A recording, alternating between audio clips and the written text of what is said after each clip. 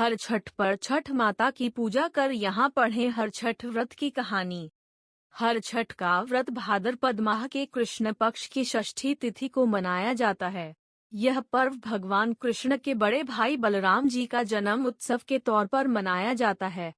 महिलाएं अपनी संतानों की दीर्घायु के लिए हल षष्ठी व्रत रखती हैं। इस दिन व्रत संतान की लंबी उम्र के लिए रखा जाता है। इस व्रत में महिलाएं दीवार पर पारंपरिक रूप से गोबर का छठ माता का चित्र बनाती हैं। इस दिन भगवान श्री गणेश जी और माता गौरा की पूजा करती हैं। मान्यता के अनुसार इस व्रत में इस दिन दूध, घी, सूखे मेवे, लाल चावल आदि का सेवन किया जाता है। इस दिन गाय के दूध व दही का सेवन नहीं करना चाहिए। इस दिन दोपहर बाद या शाम के समय व्रत की कथा पढ़नी चाहिए। व्रत कथा। प्राचीन काल में एक ग्वालिन थी। उसका प्रसव काल अत्यंत निकट था।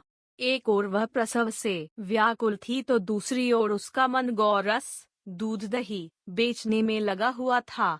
उसने सोचा कि यदि प्रसव हो गया तो गौरस यूं ही पड़ा रह जाएगा। यह सोचकर उसने दूध दही के घड़े सिर पर रखे और बेचने के लिए चल दी, किंतु कुछ दूर पहुंचने पर उसे असहनीय प्रसव पीड़ा हुई। वह एक झरबेरी की ओट में चली गई और वहां एक बच्चे को जन्म दिया। वह बच्चे को वहीं छोड़कर पास के गांवों में दूध दही बेचने चली गई। संयोग से उस दिन हल षष्ठी थी। गाय भैंस के मिश्रित दूध को केवल भैंस का दूध बताकर उसने सीधे साधे गांव वालों में बेच दिया। उधर जिस झरबेरी के नीचे उसने बच्चे को छोड़ा था, उसके समीप ही खेत में एक किसान हल जोत रहा था। अचानक उसके बैल भड़क उठे और हल्का फल शरीर में घुसने से वह बालक मर गया। इस घटना से किसान बहुत दुखी हुआ, फिर भी उसने हिम्मत और धैर्य से काम लिया। उसने झरबेरी के कांटों से ही बच्चे के चिरे हुए पेट में टांके लगाए और उसे वहीं छोड़कर चला गया। कुछ देर बाद ग्वालिन दूध बेचकर वहां आ पहुंची। बच्चे की ऐसी दशा देखकर उसे समझते देर नहीं लगी कि यह सब उसके पाप की सजा है।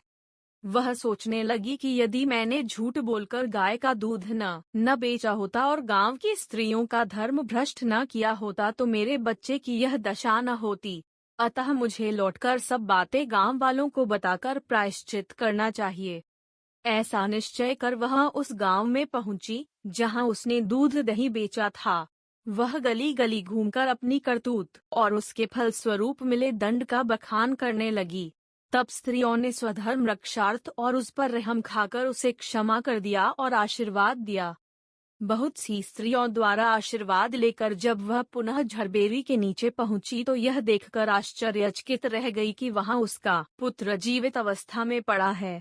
तभी उसने स्वार्थ के लिए झूठ बोलने को ब्रह्म हत्या के समान समझा और कभी झूठ न बोलने का प्रण कर लिया।